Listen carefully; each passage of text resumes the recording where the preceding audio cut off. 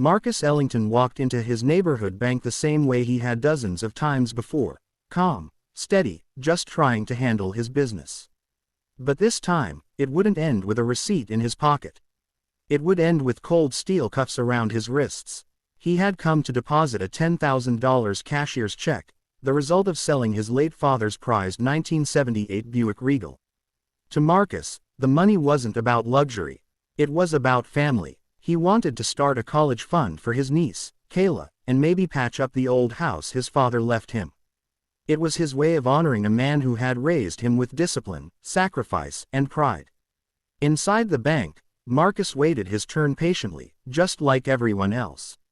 When he finally stepped to the counter, he handed the check to Janet, a teller who had seen him countless times before. But today her eyes lingered too long. Her fingers tapped nervously on the desk.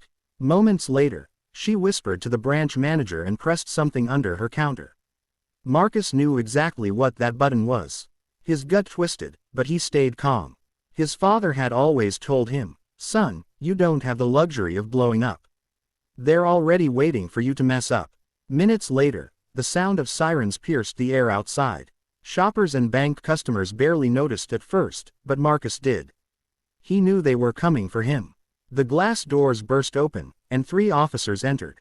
The atmosphere shifted instantly. Conversations stopped, eyes widened, and whispers spread. "Sir, step away from the counter," one officer demanded. Marcus raised his hand slightly, his voice even. "Officer, what seems to be the problem? I came here to deposit a check from the sale of my father's car. I've been a customer here for over 11 years. But his words carried no weight. The teller muttered that the check didn't look right, the manager hid behind protocol, and the officers only repeated their commands. Marcus felt every eye in the